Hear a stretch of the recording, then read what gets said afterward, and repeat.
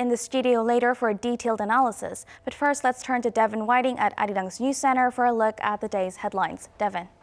Hi, Minji. South Korean President Moon Jae-in is in a bilateral summit right now with the leaders of Malaysia on the second leg of his three-country tour of Southeast Asia. President Moon is sitting down with Sultan Abdullah of Pahang and Prime Minister Mahathir Mohamad, a meeting that will later move on to a signing of 4 memorandums of understanding. Those MOUs will cover the areas of preparing for the 4th Industrial Revolution, developing smart cities, and cooperation in the halal industry. Shortly after signing the MOUs, the leaders will hold a joint press briefing to explain the agreements in front of the cameras.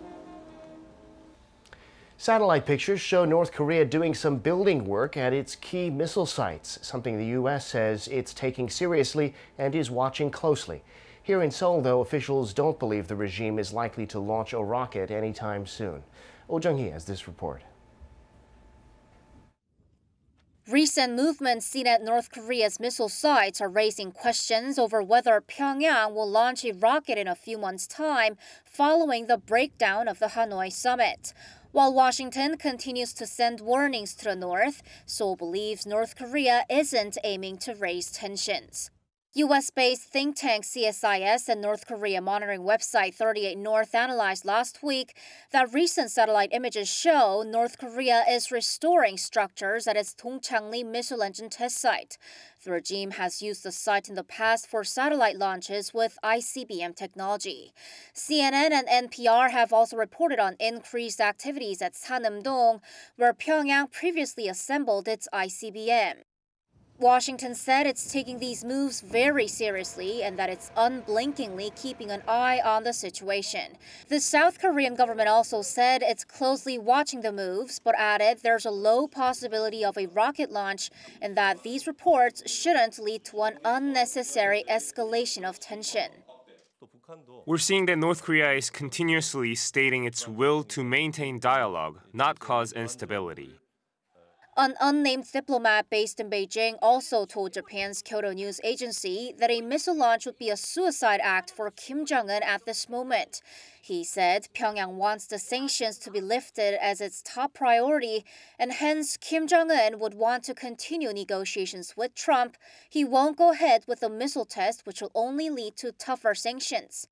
Kyodo's source saw the recent missile-related moves as part of Kim Jong-un's efforts to keep Trump's attention. Meanwhile, North Korea is stressing that it's still up for complete denuclearization. Following similar reports on Tuesday, the regime issued another report through its propaganda outlet Meari on Wednesday, which said it stands firm in its desire to establish new relations with the U.S., to bring peace to the Korean peninsula, and to move toward completely abandoning its nuclear arsenal. Oh Jung-hee, Arirang News. A new report from the UN shows North Korea is succeeding in getting around the international sanctions on it, buying oil illegally in transfers on the high seas. The United States has responded, reminding the regime that the sanctions won't be removed until it denuclearizes, and taking the findings as a chance to step up enforcement. Our Cha Sang-mi has the details. North Korea is successfully getting around UN sanctions aimed at pressuring the regime to abandon its nuclear arsenal and ICBMs by pushing forward with its petroleum imports and illegal ship-to-ship transfers. A UN panel of experts released a 400-page document on Monday that said Pyongyang has been illegally trying to sell small arms and weapons to several countries, including Yemen and Sudan, and has been hacking banks and insurance companies around the world to accelerate its coverage for vessels involved in illegal ship-to-ship transfers of petroleum products and coal. The report said ship-to-ship transfers have been increased in scope, scale, and sophistication, with more than 50 vessels and 160 associated companies under investigation. The UN Security Council had unanimously passed Resolution 2397 in December of 2017 to cap Pyongyang's annual crude oil imports at 525,000 tons and petroleum products imports at 500,000 barrels. The U.S. State Department welcomed the report. In a press statement on Tuesday, the deputy spokesperson Robert Palladino hailed the report for its timely, relevant, and impartial analysis and stressed that international unity in imposing such sanctions continues to hamper the North's ability to continue to produce illegal weapons of mass destruction and sends a clear message to the regime that it will remain economically and diplomatically isolated until it denuclearizes. The report comes after last month's second summit between North Korean leader Kim Jong-un and U.S. President Donald Trump in Vietnam's capital, where no agreement was reached on sanctions relief in exchange for the North's denuclearization. Cha Sang-mi, Arirang News. In other news, South Korea is plagued by fine dust air pollution, and this morning lawmakers passed several bills aiming to do something about it. They include a bill designating severe fine dust pollution as a social disaster, which will allow the government to inject state money in case of an emergency.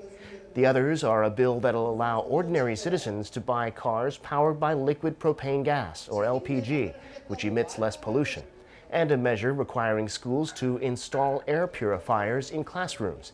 The rival parties agreed last week to vote on the bills in light of the worsening air quality. They've also called on the government to use reserve funds to provide anti-dust masks or air purifiers to the underprivileged. If necessary, lawmakers will also consider a supplementary budget. Last month, more than 250,000 people in Korea joined the ranks of the employed. Welcome news for them. But at the same time, the number of unemployed swelled, and the jobless rate rose to 4.7%. Kim Hae-sung has the details. The number of newly employed people in February increased by more than 260,000 on year. That's the biggest jump in 13 months when 334,000 new jobs were added in January 2018. According to Statistics Korea, public sector jobs and agricultural jobs for the elderly increased sharply. 237,000 jobs were added in the health and social welfare public sector jobs last month, up 13% on year. That's also the highest figure since Statistics Korea began recording the data in 2015. The agricultural sector added 117,000 new jobs, up 12% on year. On the other hand, the manufacturing sector lost over 150,000 jobs last month.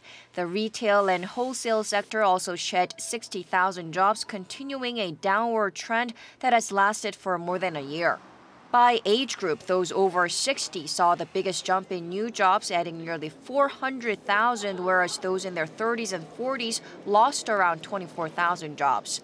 The number of unemployed in South Korea continued to increase, reaching 1.3 million people in February, up 38,000 compared to the same month last year. The overall unemployment rate hit 4.7% in February. The unemployment rate for young people, those aged between 15 and 29, was double that figure at 9.5%. Kim Hae-sung, Arirang News. South Korea's Minister of Economy and Finance, Hong Nam-gi, is pointing to some bright spots in the latest job numbers. Speaking at an economy-related meeting Wednesday, he said it's meaningful that the lodging and food-related sectors saw a rise in new hires for the first time in 21 months. The minister also said it's good news that the number of jobs added overall last month was back above 200,000 for the first time in 13 months. However, he added the government will continue to take steps to create jobs and to help the labor market recover. Hong also said the government will fast-track 13 private sector investment projects worth a combined $11 billion. They were originally set to start in 2020, but they'll now start before the end of this year. I'm Devin Whiting, and those are your news headlines.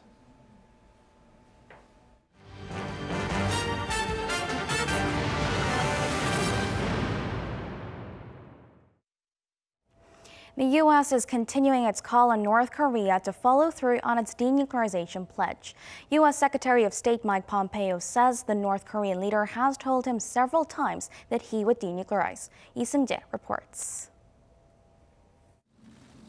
Holding a wave of interviews in Texas, where he's set to attend an energy conference, U.S. Secretary of State Mike Pompeo fielded a number of questions on North Korea and the failed summit talks in Hanoi. Pompeo said it was time for North Korea to act on its pledge to dismantle its nuclear weapons program, saying talk is cheap and the most important thing is action on the promises made to the U.S. Despite the tough talk, Pompeo said he felt hopeful about the months ahead. Pompeo also took the opportunity to reveal that North Korean leader Kim Jong-un had told him face-to-face, quote, no less than half a dozen times that he would denuclearize.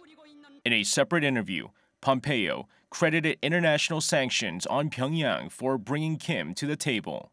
He says one of the ways that Washington can convince North Korea to move towards denuclearization is to reduce the amount of energy they can import.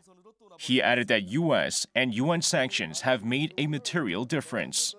Regarding reports North Korea is rebuilding a key missile facility and could be preparing another rocket launch, Pompeo only emphasized the progress he's seen since the two sides began talks. He reiterated the North hasn't conducted any further missile tests, no more nuclear testing, two important tools for advancing their program. Pompeo also sounded confident about U.S. defense readiness on the peninsula, despite President Trump's scaling back of major military exercises between the allies, citing the financial cost and damage they do to North Korea diplomacy. Lee Seung-jae, Arirang News. And for more, we have Dr. Bong Young-sik from the Yonsei Institute for North Korean Studies joining me in the studio today. Welcome. Pleased to be here. So we just heard in the report that the U.S. is continuously calling on North Korea to take concrete measures towards denuclearization. Now, U.S. Secretary of State Mike Pompeo called Pyongyang a threat to Washington, saying that he wants action, not just words. Now, this comes just a day after North Korea's propaganda outlets said that Pyongyang is still willing to completely denuclearize. Do you think Pompeo's remarks come in response to this? I think so. Secretary Pompeo sounds like Elvis Presley. Elvis Presley sings a song in his movie Viva Las Vegas, a little more action, little less conversation. I think Pompeo cited Elvis Presley to pressure Kim Jong-un regime of North Korea to carry out verifiable and concrete steps toward denuclearization. So basically what Trump administration has discovered in the Hanoi summit meeting with Chairman Kim Jong-un with no agreement signed by both leaders is that Kim Jong-un regime is not really ready to take steps for the kind of denuclearization that is satisfactory to the definition rendered by the United States and its allies. So as long as North Korea insists on doing denuclearization that only satisfies its own definition, the United States will not take any proposals made by North Korea. So some experts say Washington's push for this all-or-nothing approach comes as the six-party talks in the past failed to denuclearize North Korea. How do you view the U.S. stance at the moment? Well, I think there's a slight mischaracterization to call U.S. approach as all or nothing. And the six-party talks was not really about all or nothing approach, but is multilateral engagement with North Korea for denuclearization of North Korea in the phased manner with the simultaneous supply of benefits to North Korea. But six-party talks failed to produce any major breakthrough when it comes to North Korea's denuclearization. So if six-party talks failed, that is not because six-party talks took all or nothing approach, but you can say that six-party talks failed because six-party talks accepted North Korea's proposal for solving the issues by phased manners. So I'd like to call U.S. approach not as all or nothing approach, but all in one, or one go deal. Trump administration is not really interested in taking step by step in response to North Korea gradually giving up its missile programs and nuclear warheads and facilities, because you can't just continuously rely on a series of summit meetings between top leaders to solve issues between North Korea and the United States. And the problem with the step-by-step or phased approach that North Korea prefers is that as long as you not have clear, final destination that is commonly understood and shared by both the United States and North Korea, you can't really assess the value of,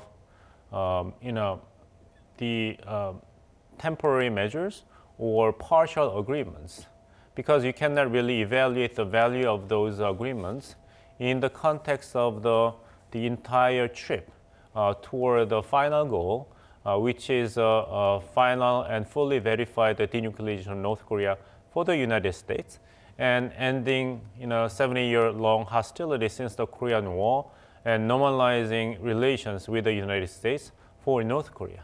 So what we need is clearly defined and commonly agreed between North Korea and the United States, the roadmap toward this set of goals for both the United States and North Korea. So the two sides did have different definitions of complete denuclearization. Now, North Korean propaganda outlets still say Pyongyang is still committed to complete denuclearization. And following the report, some have suggested that this was an indication that Pyongyang was willing to come back to the negotiating table. But now the variable seems is the U.S. one-go deal. Do you think Pyongyang may make any alterations to its action-by-action or phase-by-phase approach? We have to wait and see.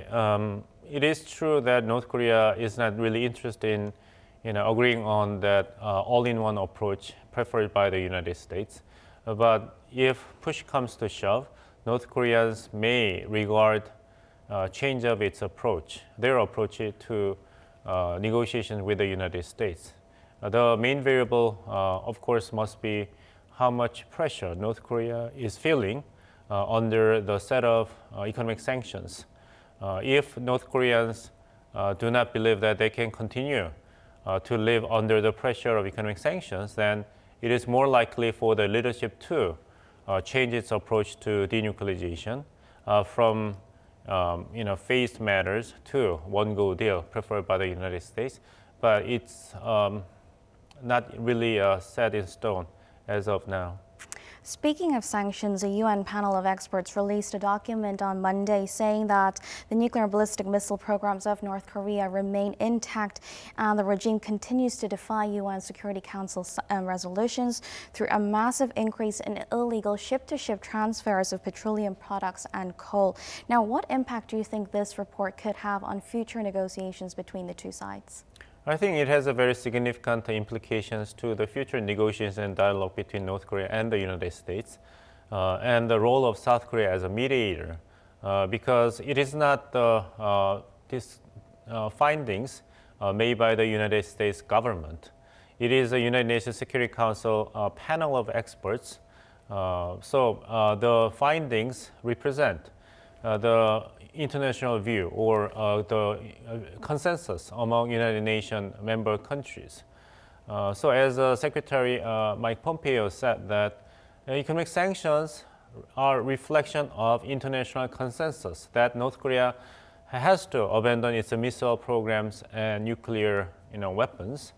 It is not just a unilateral action taken by the United States. So there is a pressure not just on North Korea to move ahead with its